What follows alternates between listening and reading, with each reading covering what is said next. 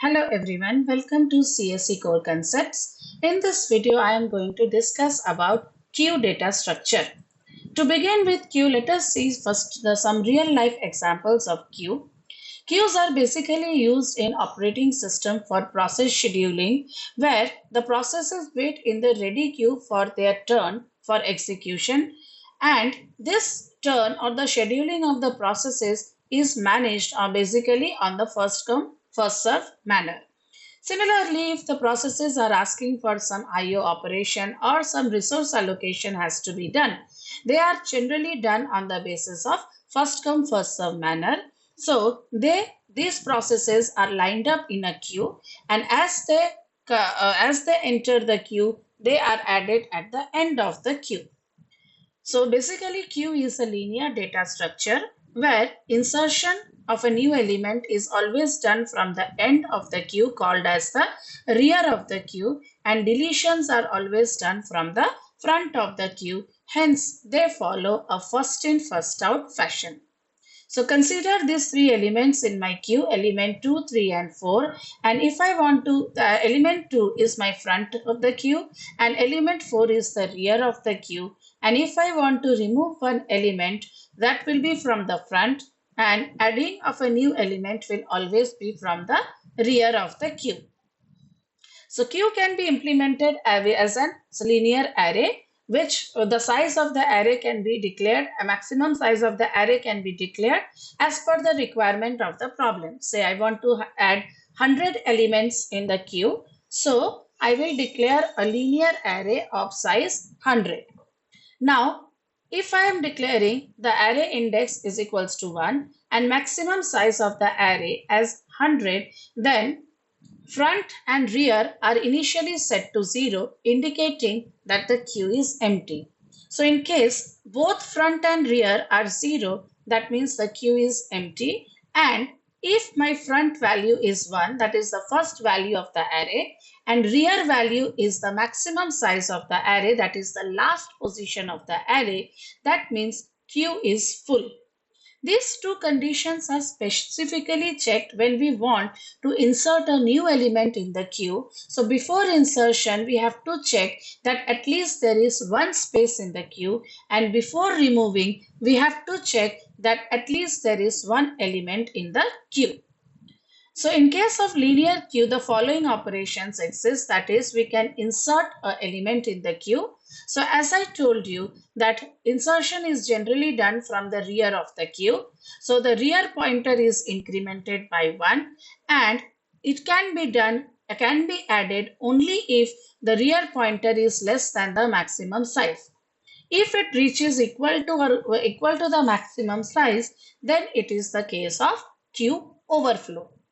Similarly, if I want to delete an element from the queue, I have to check that at least there is one element in the queue to be deleted. So deletion is always done from the front. So the front pointer moves to the next element of the queue. So it can be done only if the value of front is either greater than equal to 1. Means there should be at least one element in the queue. Otherwise, it will result in an underflow condition. Let us see one example of certain operations, how it can be done on a queue. We declare a queue of size 4, that is only 4 elements can be added to the queue, and we will perform the following operation. So initially my queue is empty. That means front value is equals to 0 and rear is equals to 0. So the queue is empty. The first operation which is told to be done is inserting an element A. So as I told you, insertion will always be done from the front of the queue. So A is added to the queue. Now front is incremented by 1, that is front is 1, and it is the only element. So it will be the only rear element. So starting element is also A, ending element is also A. Let's say next operation is to insert another element B. So again I will insert at the end. Okay, insertion will be done from the end. So front will remain as it is. A is the front element and rear will be incremented by 1. Rear will become 2, that is B is my next element.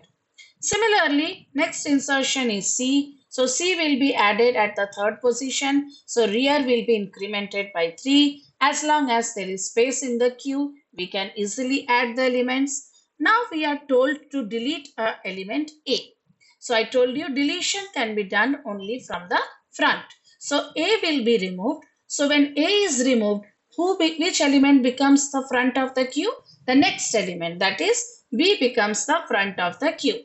So now front is 2 and rear is same, that is C, that is third.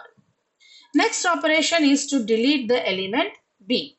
Fine. Again we will delete from the front, that is we will delete the element B. So front is your C and rear is also your C, which indicates that there is only single element. See, if your rear and front both values are same and non-zero, see, front and rear both are 0, indicates that the queue is empty. But if front and rear both values are other than 0 but same, which indicates that is single element in the queue. Good as of now. Next is I am told to insert two more elements, D and E. Now where should I start inserting from? I will insert D at the rear. Right, rear will be +1 at the end. So the fourth position is vacant. So very easily I can add D. Rear has become 4. Rear is 4 means what? It has reached the maximum size of my queue. Right. So will I be able to insert E? No, because rear is 4. It has reached till the maximum size and it has resulted into an overflow condition. So I am not able to insert E. But if you analyze this queue properly, you can see the first two positions are vacant. Right. Although the first two positions are vacant, I am not able to add E because the last elements are full. This is the problem with the linear queue. Why? Because it is following a linear structure. You cannot come back again to the first position. So this is the problem with the linear queue. The solution of this we will discuss in my next video. So please stay tuned for more such videos and don't forget to like, share and subscribe to CSE Core Concepts. Thank you.